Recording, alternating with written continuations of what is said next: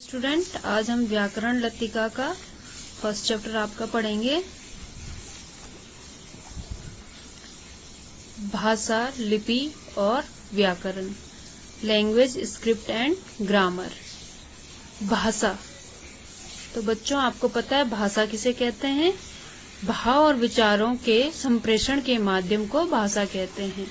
ठीक है, संप्रेषण मतलब एक दूसरे तक पहुंचाना, जिसके माध्यम से हम एक दूसरे तक अपने भावों और विचारों को पहुंचाते हैं, उसे क्या कहते हैं? भाषा कहते हैं। ठीक है, समझ आ गया बच्चों? आपने यहाँ पे पढ़ रहे हो कि हम लोगों के जीवन में भाषा का बड़ा महत्व है। भाषा के बिना जीवन का चलना अगर असंभव नहीं तो अत्यधिक कठिन अवश्य है। हम अपने सभी भावों और विचारों की अभिव्यक्ति भाषा के माध्यम से ही करते हैं। भाषा भाव और विचारों के संप्रेषण का साधन होती है। हम अपने भाव और विचारों को मुख से बोलकर और लिखकर प्रकट करते हैं। ठीक है बच्चों, हम अपने भावों को कैसे प्रकट करते हैं? लिखकर और बोलकर। ठीक है, तो भाषा का डेफिनेशन हो जाएगी, भाव और विचारों के आदान प्रदान को क्या कहते हैं? के आदान प्रदान के माध्यम को हम क्या कहते हैं? भाषा कहते हैं। ठीक है,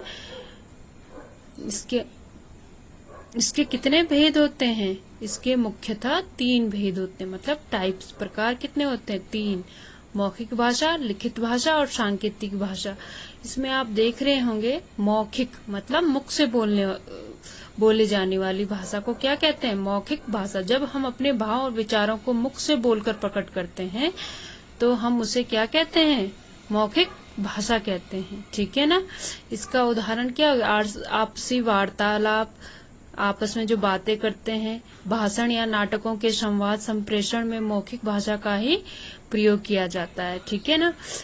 फिल्म देखते समय हम जो संवाद, गीत, संगीत सुनते हैं वे सब मौखिक भाषा के ही रूप हैं। जब हम कोई पिक्चर देख रहे हैं तो उसमें जो गीत संगीत बज रहे हैं, ये सब किस भाषा का रूप है? मौखिक भाषा का। ठीक है, रेडियो की भाषा भी मौखिक होती है। हम इस भाषा को हम कानों से सुनकर समझते हैं। ठीक है ना? तो मौखिक भाषा क्या है? या मुख से बोलकर और कानों से सुनकर समझते हैं, तो इसे क्या कहते हैं? मौखिक भाषा। ठीक है ना? मौखिक भाषा का प्रयोग कौन कर सकते हैं? पढ़े लिखे भी कर सकते हैं और अनपढ़ भी कर सकते हैं। इस भाषा का रूप क्या है? बहुत ही व्यापक, मतलब बड़ा है, बहुत फैला हुआ है। ठीक है ना? लेकिन इस भाषा का अस्थायी रूप माना जाता है। इसे भाषा का क्या माना जाता है? अस्थायी रूप। ठीक है ना? ये स्थायी नहीं रहता एक जगह पे। ठीक है, चलता रहता है। लिखित भाषा, सेकंड नंबर है लिखित। लिखित आपको पहले लिखना। ठीक है ना? जब कोई अपने विचार लिखकर प्रकट करता है तो उसे लिखित भाषा कहते हैं। जैसे पत्र पत्रिका, पुस्तकों में भाषा का यही रूप मिलता है। ठीक है ना? जैसे पत्र पत्रिका, कोई भी ग्रंथ लिख रहे हैं, कोई भी चीज लिख रहे हैं, अपने भाव को अगर बुक पे लिख रहे हैं तो ये क्या होता है? लिखित भाषा। लिखित भाषा का प्रयोग केवल पढ़े लिखे लोग ही कर सकते हैं। इसका प्रयोग अनपढ़ लोग तो नहीं कर सकते ना। जिनके अक्षरों का ज्ञान होगा, पढ़े लिखे होंगे, उन्हीं को लिखित भाषा का ज्ञान होगा। ठीक है ना? लेकिन इसमें विचार और दस्तावेज को दीर्घ काल तक सुरक्षित रखा जाता है। दीर्घ मतलब लंबे समय तक हम इसके दस्तावेजों को संभाल कर रख सकते हैं। किसके? लिखित भाषा के। ठीक है ना? अगर हमने कोई बुक लिख दी तो इस बुक को हम कई समय तक सुरक्षित रख सकते हैं। इसीलिए इसे भाषा का क्या माना जाता है? स्थायी रूप। ठीक है ना? कि हम इसे संजोकर रख सकते हैं। थर्ड नंबर है सांकेतिक भाषा। सांकेतिक मतलब आपको सांकेत मतलब संकेत देना। ठीक है, संकेत वाली भाषा। भाषा का तीसरा रूप सांकेतिक होता है। ठीक है, संकेत करना, इशारा करना। संकेत मतलब इशारा करना। इससे संकेतों या इशारों के माध्यम से भाषा का आदान प्रदान किया जाता है। ठीक है ना? इससे क्या किया जाता है? इशारों से हम भाषा को क्या करते हैं? आदान प्रदान करते हैं। जैसे मूक बाधिर लोगों के बीच परस्पर संवाद इशारों द्वारा ही होता है। जो गूंगे होते हैं ना, उनके बीच क्या होता है? मूक और जो क्या होते हैं? बोल नहीं सकते और जो सुन नहीं सकते। अगर जो सुन नहीं सकते तो उनको भी हम इशारों से समझाते हैं, और जो बोल नहीं सकते वो भी अपनी बात किस चीज से समझाते हैं, इशारों से समझाते हैं ना, तो ये लोग इस भाषा का प्रयोग करते हैं, सांकेतिक भाषा का। और इसका प्रयोग और यातायात का सिपाही, ट्रैफिक पुलिस भी आपकी चौराहे पर किस भाषा में बात करता है, सांकेतिक भाषा में ही हमें समझाता है कि हमें कौन से रूल फॉलो करने हैं, राइट जाना है, लेफ्ट जाना है, ये सब हमें कौन सिखाता है, सांकेतिक भाषा में ही हमें बताता है। ठीक है ना, ये आपके भाषा के 3 रूप हो गए, मौखिक, लिखित और सांकेतिक। ठीक है, आगे आपका हिंदी और प्रमुख भारतीय भाषाएं। ठीक है, हिंदी, एक तो हिंदी भाषा हमारे भारत की प्रमुख भाषाएं, और कौन कौन सी हैं ये आप इसमें पढ़ोगे। हमारे देश की सर्वाधिक महत्वपूर्ण भाषा हिंदी है। ठीक है, सबसे महत्वपूर्ण तो हिंदी है।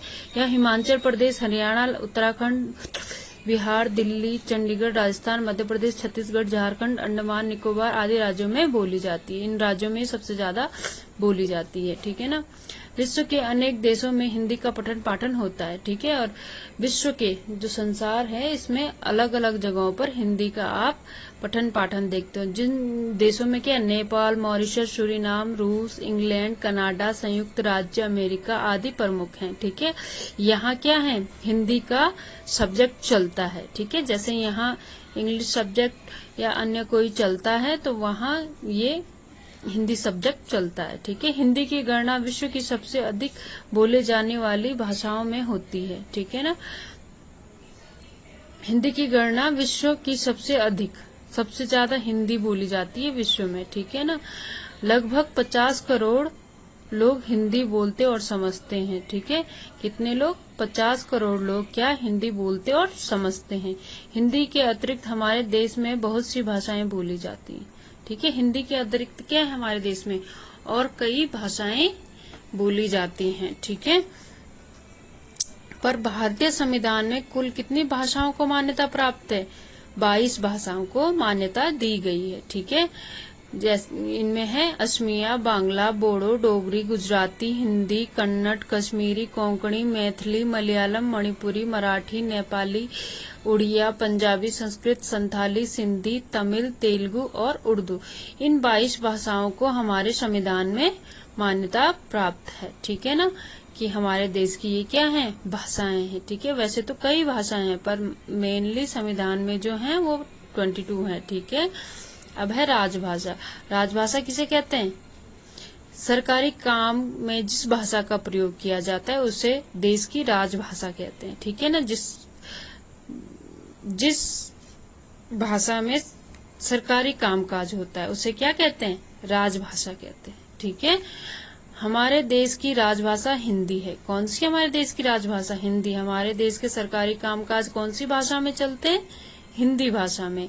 इसे 14 सितंबर 1949 को भारत की राजभाषा के रूप में स्वीकार किया गया था। कब किया गया था, 14 सितंबर 1949 को। ठीक है ना, तो इसी दिन 14 सितंबर के दिन हम कौन सा दिवस मनाते हैं, हिंदी दिवस। कौन सा दिवस मनाते हैं, हिंदी दिवस मनाते हैं। ठीक है ना, क्योंकि इस दिन भारतीय संविधान में इसको क्या माना गया था, राजभाषा स्वीकार किया गया था 14 सितंबर 1949 को। तो हिंदी दिवस हम 14 सितंबर को मनाते हैं। ठीक है बच्चों, अब आया नेक्स्ट मातृभाषा। मातृभाषा से आपको पता चल रहा होगा, मातृ मतलब मम्मी से सीखी, मातृभाषा मतलब परिवार से सीखी हुई भाषा। बच्चे अपने परिवार से जिस भाषा को बोलना सीखते हैं उस भाषा को क्या कहते हैं, उसकी मातृभाषा कहते हैं। ठीक है, जैसे हमारे यहाँ ज्यादातर बच्चे क्या सीखते हैं, सबसे पहले गढ़वाली सीखते हैं, तो ये हमारी क्या है, मातृभाषा है। ठीक है, इसे क्या कहते हैं, मातृभाषा। राजभाषा आपको समझ आ गई, मातृभाषा समझ आ गई। अब है बोली। बोली किसे कहते हैं, भाषा के क्षेत्रीय रूप को बोली कहते हैं। ठीक है, भाषा क्या होती है, एक बड़े भूभाग में बोली जाती है। जैसे भारत के बड़े जगह पर क्या बोला जाता है, क्या बोला जाता है, हिंदी बोली जाती है। तो ये क्या हो गई, भाषा हो गई। और जो क्षेत्रीय रूप है, जैसे हमारे क्षेत्र में क्या बोली जाती है, गढ़वाली बोली जाती है, तो ये क्या हो गई, बोली हो गई, ना कि भाषा। ठीक है ना, तो क्षेत्रीय रूप, स्थानीय रूप में जैसे हमारे यहाँ गढ़वाली, आगे जाके आप कुमाऊं में जाओगे तो वहाँ कुमाऊनी बोली जाती है, तो ये बोलियां होती है, ना कि भाषा। इन्हें भाषा नहीं कहते हैं, इन्हें बोली कहते हैं। हिंदी भाषा की कई बोलियां हैं। जैसे हिंदी भाषा की क्या है, कई बोलियां हैं। भाषा तो हिंदी है पर इसकी कई बोलियां हैं, ठीक है। जैसे अवधी, खड़ी बोली, ब्रजभाषा, कन्नौजी, बुंदेलखंडी, भोजपुरी, हरियाणवी आदि, ठीक है तो भाषा हिंदी पर इसको थोड़ा क्या चेंज करके बोलते हैं ये लोग। इनमें से खड़ी बोली विकसित होकर एक समर्थ भाषा साहित्य हिंदी का रूप ले चुकी है। इसमें खड़ी बोली क्या है, ज्यादातर आपने देखा होगा कि ज्यादातर लेखक कौन सी खड़ी भाषा में ही अपने साहित्य लिखते हैं, खड़ी बोली में ही अपने साहित्य लिखते हैं। तो इसका क्या ज्यादा प्रचार प्रसार हो रहा है, तो अब ये क्या ले चुकी है, एक हिंदी का वो भाषा का रूप ले चुकी है। कौन, खड़ी बोली, ठीक है, क्योंकि अब ज्यादा से ज्यादा जगहों पर बोली और लिखी जा रही है, ठीक है ना। अंतर्राष्ट्रीय भाषा, अंतर्राष्ट्रीय मतलब इंटरनेशनल, ठीक है। जो भाषा विश्व के कई देशों में विचारों के आदान प्रदान और शिक्षा का माध्यम बन जाती है उसे अंतर्राष्ट्रीय भाषा कहते हैं, ठीक है ना। जो विश्व के कई देशों में, ठीक है ना, कई देशों में क्या करते हैं, विचारों का आदान प्रदान के लिए और शिक्षा का माध्यम बन जाती है, और शिक्षा का माध्यम बन जाती है उसे क्या कहते हैं, अंतर्राष्ट्रीय भाषा, ठीक है ना। अंग्रेजी एक अंतर्राष्ट्रीय भाषा है। जैसे अंग्रेजी है तो आप हर जगह कहीं भी जाओगे तो अंग्रेजी सबको समझ आएगी, ठीक है। जो विश्व के अधिकतर देशों में समझी, बोली और लिखी जाती है, ठीक है ना। सबसे ज्यादा अंग्रेजी विश्व के देशों में बोली, लिखी और समझी जाती है, ठीक है। ये अंतर्राष्ट्रीय भाषा क्या हो गई, अंग्रेजी। लिपि, अब आया लिपि। लिपि किसे कहते हैं, जब हम कुछ बोलते हैं तो हमारे मुख से ध्वनियां निकलती हैं, ठीक है। जब हम कुछ बोलते हैं तो हमारे मुख से ध्वनि निकल रही है ना, तो इन ध्वनियों को लिखने के लिए कुछ चिन्ह निर्धारित किए गए हैं। अगर चिन्ह निर्धारित ना हो तो हम क्या कुछ भी लिख देंगे, पर चिन्ह निर्धारित किए गए हैं तो इसे क्या कहेंगे हम, लिपि। जिन चिन्हों, ये चिन्ह क्या कहलाते हैं, लिपि कहलाते हैं। ध्वनियों, इसकी डेफिनेशन हो जाएगी, ध्वनियों को लिखने के लिए जिन चिन्हों का प्रयोग किया जाता है उसे क्या कहते हैं, लिपि कहते हैं, ठीक है। जो हम ध्वनि बोल रहे हैं अपने मुंह से, इनके लिए जिन चिन्हों का प्रयोग किया जाता है उसे क्या कहते हैं, लिपि कहते हैं, ठीक है। या तो लिखने के ढंग को, ध्वनियों के लिखने के ढंग को क्या कहते हैं, लिपि कहते हैं, ठीक है ना। विभिन्न भाषाएं अलग अलग लिपियों में लिखी जाती है। सभी भाषा की एक ही लिपि नहीं होती, अलग अलग लिपियां होती है, ठीक है ना। हिंदी, संस्कृत, मराठी, नेपाली, कोंकणी, बोडो, डोगरी और संथाली भाषाएं देवनागरी में, ये सभी भाषाएं देवनागरी लिपि में ही लिखी जाती है। जिस भाषा में हिंदी लिखी है और संस्कृत लिखी जाती है देवनागरी है, ठीक है। कौन सी लिपि है, देवनागरी।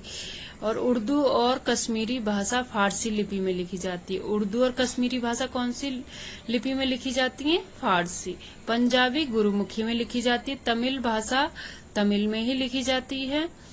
और अंग्रेजी, फ्रेंच और जर्मन, ये तीनों भाषाएं आदि और भी कई भाषाएं हैं, ये रोमन लिपि में लिखी जाती है, ठीक है ना। भाषा के शुद्ध रूप को व्यवहार में लाने के लिए कुछ नियम निर्धारित किए गए हैं। भाषाओं के नियमों का ज्ञान व्याकरण से होता है, ठीक है ना। अब जो भाषा का नियमों का ज्ञान है वो कौन कराता है हमें, व्याकरण कराता है, ठीक है। इसमें है व्याकरण, किसे कहेंगे, व्याकरण। जिस विशिष्ट ज्ञान से हम भाषा को शुद्ध रूप में बोलना और लिखना सीखते हैं उसे व्याकरण कहते हैं, ठीक है। जिससे हम क्या करते हैं, भाषा को शुद्ध रूप में लिख सकते हैं, बोल सकते हैं, वो हमें उसका ज्ञान कौन कराता है, हमें व्याकरण कराता है, ठीक है। ग्रामर कराती है। जैसे जाएंगे हम कल दिल्ली, तो ये तो क्या है, अशुद्ध वाक्य है, तो क्या हो जाएगा, हम कल दिल्ली जाएंगे। तो इसका ज्ञान कौन कराता है, हमें व्याकरण कराता है। इस बात का ज्ञान हमें कौन करा रहा है, व्याकरण करा रहा है। व्याकरण के कितने अंग होते हैं, व्याकरण के 4 अंग होते हैं, ठीक है। किस पे डिपेंड होता है व्याकरण, ठीक है ना। ग्रामर किस पे डिपेंड होता है, तो 4 अंगों पे डिपेंड होता है। वर्ण विचार, वर्ण सबसे पहले, सबसे छोटी इकाई कौन सी है भाषा की, वर्ण है ना, तो ये वर्ण विचार। इसके अंतर्गत वर्णों के आकार, उच्चारण और उनके मेल से शब्द निर्माण का अध्ययन किया जाता है। वर्ण विचार में हम क्या करते हैं, वर्णों के आकार, कैसा बनाया जाएगा, ठीक है ना, उच्चारण किया जाएगा और उनका मेल कैसे किया जाएगा, इसका अध्ययन हम वर्ण विचार में करते हैं, ठीक है। और शब्द विचार नेक्स्ट है शब्द विचार। शब्द विचार के अंतर्गत हम शब्द बनाते हैं, वर्णों को मिलकर शब्द बनाते हैं ना, वर्णों से जोड़कर शब्द बनते हैं। तो इसकी व्युत्पत्ति, इसकी उत्पत्ति कहाँ से हुई है, इसका विकास कैसे करेंगे, इसका निर्माण कैसे करेंगे, इसको कैसे बनाएंगे, और इसका आगमन कहाँ से हुआ है, कहाँ से ये लिया गया शब्द, इसका अर्थ क्या है, मीनिंग क्या है, ये सब हम शब्द विचार में पढ़ेंगे। फिर आता है पद विचार। पद विचार है, इसे रूप विचार भी कहते हैं, ठीक है। इसका क्या रूप है पद, ठीक है। जब पूरा वाक्य बन जाता है तो इसमें अलग अलग पद कौन से, उसमें इसके अंतर्गत शब्दों के रूप परिवर्तन, ठीक है, कैसे ये परिवर्तित होता है, उसकी रचना, इसका कैसे बनाया गया भेद, ये कौन से टाइप का पद है ये, और कार्य, और इसमें क्या कार्य किया जा रहा है, ये सब हम पद विचार में पढ़ेंगे, ठीक है। अब आता है वाक्य विचार। अब वाक्य विचार में जब पूरा सेंटेंस आपका बन गया तो इसमें हम वाक्य पर विचार करते हैं कि इसके अंतर्गत वाक्य के गठन कैसे बना है, वाक्य के प्रकार, कैसा वाक्य है, प्रश्नवाचक है, नकारात्मक है, कैसा वाक्य है, ये हम इसमें करेंगे। वाक्य विश्लेषण, वाक्य का विश्लेषण करेंगे, विशेषता क्या है, वाक्य संश्लेषण करेंगे, विराम चिन्हों के प्रयोग आदि का अध्ययन करेंगे, ठीक है। ये वाक्य विचार में हम करेंगे कि कहाँ पे कौन सा विराम चिन्ह लगेगा, ठीक है बच्चों। ये आपका चैप्टर खत्म हो चुका है। अब ये आप मेरे साथ दोहराओगे। भाषा भावों और विचारों के संप्रेषण का माध्यम होती है। भाषा के मुख्यतः 3 भेद होते हैं, मौखिक भाषा, लिखित भाषा और सांकेतिक भाषा। लिखित भाषा का प्रयोग केवल पढ़े लिखे लोग ही कर सकते हैं, लेकिन इसमें विचारों को दीर्घ काल तक सुरक्षित रखा जा सकता है। हिंदी हमारे देश की सर्वाधिक महत्वपूर्ण भाषा है, इसीलिए इसे भारत की राजभाषा के रूप में मान्यता दी गई है। किसी क्षेत्र विशेष में बोले जाने वाली जनमान्य की भाषा को बोली कहते हैं। भाषा के नियमों का ज्ञान व्याकरण से होता है। व्याकरण के 4 अंग होते हैं, वर्ण विचार, शब्द विचार, पद विचार और वाक्य विचार। यह आपका पूरा चैप्टर फिनिश हो चुका है। इसमें अगर कोई आपको डाउट है तो मुझे व्हाट्सएप पर पूछ सकते हैं आप, ठीक है। निम्नलिखित प्रश्नों के उत्तर लिखिए। ये क्या है, भाषा किसे कहते हैं, इसके भेदों को उच्चारण सहित समझाइए। तो ये आपका आंसर मैंने लिखा है, इसे आप अपनी नोटबुक पर करेंगे। भाषा भावों और विचारों के संप्रेषण के माध्यम को भाषा कहते हैं। भाषा के मुख्यतः 3 भेद होते हैं, मौखिक भाषा, लिखित भाषा, सांकेतिक भाषा। मौखिक भाषा, जब हम अपने भावों और विचारों को मुख से बोलकर प्रकट करते हैं तो उसे मौखिक भाषा कहते हैं। आपसी वार्तालाप, भाषण, नाटक के संवाद, गीत संगीत, ये सब मौखिक भाषा के ही रूप हैं। लिखित भाषा, जब कोई अपने विचारों को लिखकर प्रकट करता है तो उसे लिखित भाषा कहते हैं, जैसे पत्र, पत्रिकाएं, पुस्तकें आदि। लिखित दस्तावेजों को हम दीर्घ काल तक सुरक्षित रख सकते हैं, इसीलिए यह भाषा का स्थायी रूप है। 3rd वन, सांकेतिक भाषा। इसमें संकेतों या इशारों के माध्यम से भाषा का आदान प्रदान किया जाता है। इस भाषा का प्रयोग गूंगे और बहरे लोग किया करते हैं। यातायात का सिपाही भी चौराहों पर वाहनों का संचालन सांकेतिक रूप में ही करता है। ये इसका क्या उदाहरण है। अब नेक्स्ट क्वेश्चन है आपका, भाषा और बोली में क्या अंतर होता है। तो ये आपका आंसर हो जाएगा, भाषा एक बड़े भूभाग में बोली जाती है, जबकि भाषा के क्षेत्रीय रूप को बोली कहते हैं। ठीक है बच्चों, भाषा का रूप विस्तृत होता है, बड़ा होता है, ठीक है ना, और बोली स्थानीय होती है, एक ही स्थान पर छोटे से क्षेत्र पर बोली जाती है। भाषा की लिपि होती है, जबकि बोली की कोई लिपि नहीं होती है। ठीक है, भाषा को हम लिपिबद्ध ढंग से लिख सकते हैं पर बोली को नहीं लिख सकते हैं। ठीक है, थर्ड क्वेश्चन है आपका, लिपि से आप क्या समझते हैं? क्या सभी भाषाएं एक ही लिपि में लिखी जाती हैं? ध्वनियों को लिखने के लिए जिन चिन्हों का प्रयोग किया जाता है उसे लिपि कहते हैं। ठीक है, सभी भाषाएं अलग अलग लिपियों में लिखी जाती है, एक ही भाषा में तो नहीं लिखी, एक ही लिपि में तो नहीं लिखी जाती ना, अलग अलग में लिखी जाती है। ठीक है ना। फोर्थ क्वेश्चन है आपका, व्याकरण का ज्ञान क्यों आवश्यक है? आंसर है, व्याकरण का ज्ञान इसीलिए आवश्यक है क्योंकि इससे हम भाषा को शुद्ध रूप में बोलना और लिखना सीखते हैं। ठीक है, ये आपके क्वेश्चन आंसर हो गए। ये आप अपनी नोटबुक पर अच्छी साफ सुथरी हैंडराइटिंग में करोगे। ठीक है, नेक्स्ट है आपका क्वेश्चन ख। सही उत्तर के सामने सही का निशान लगाइए। ठीक है, हिंदी दिवस कब मनाया जाता है? तो हमने अभी पढ़ा था कब मनाया जाता है? 14 सितंबर को। ठीक है, नेक्स्ट, विचारों या किसी दस्तावेज को सुरक्षित रखने के लिए भाषा का कौन सा रूप उत्तम होता है? कौन सा रूप उत्तम होता है? लिखित रूप। ठीक है, इसमें हम लंबे समय तक अपने विचारों और भावों को क्या रख सकते हैं? सुरक्षित रख सकते हैं। ठीक है, इनमें कौन व्याकरण का अंग नहीं है? कौन नहीं है व्याकरण का अंग? वर्ण विचार, वाक्य विचार या धन विचार? धन विचार। ठीक है ना। बच्चा कौन सी भाषा सबसे पहले सीखता है? कौन सी भाषा सीखता है बच्चा सबसे पहले? राष्ट्रभाषा, अंतर्राष्ट्रीय भाषा या मातृभाषा? तो आपको पता है मातृभाषा। ठीक है, सही कथन के सामने सही का निशान और गलत के आगे गलत का निशान लगाना है आपने। तो ये क्वेश्चन है आपका, भारतीय संविधान में 24 भाषाओं को मान्यता दी गई है, सही है गलत है? कितनी भाषाओं को दी गई है? 22 को दी है ना, तो ये गलत है। ठीक है ना। मौखिक भाषा को हम कानों से सुनकर समझते हैं, हाँ सुनकर समझते हैं, मुख से बोलते हैं और कानों से सुनकर समझते हैं। अंग्रेजी एक अंतर्राष्ट्रीय भाषा है, हाँ है। ठीक है, भाषा के नियमों का ज्ञान व्याकरण से होता है, हाँ व्याकरण हमें क्या कराता है? नियमों का ज्ञान कराता है भाषा के। ध्वनियों को लिखने के लिए जिन चिन्हों का प्रयोग किया जाता है उसे बोली कहते हैं? नहीं, क्या कहते हैं? ध्वनियों के लिए लिखने के लिए जिन चिन्हों का उपयोग किया जाता है उसे लिपि कहते हैं ना। और क्षेत्रीय भाषा जो क्षेत्रीय रूप लेती है उसे क्या कहते हैं? बोली। ठीक है, रिक्त स्थानों में उचित शब्द भरिए। यहाँ पे आपके शब्द दिए हैं, इनको आपने यहाँ भरना है। ठीक है, मूक बधिर लोगों के बीच संवाद में होता है, कैसे संवाद होता है? इशारों में या लिखित भाषा में? इशारों में। कौन सी भाषा में होता है? इशारों में होता है। ठीक है, हमारे देश में भाषाएं बोली जाती हैं, कितनी बोली जाती हैं? 3 या बहुत सी? बहुत सी बोली जाती हैं। ठीक है, डैश एक भारतीय भाषा है, कौन सी एक भारतीय भाषा है? अंग्रेजी या पंजाबी? पंजाबी। ठीक है ना। जब हम बोलते हैं तो हमारे मुख से निकलती है, क्या निकलती है? ध्वनियां या लिपियां?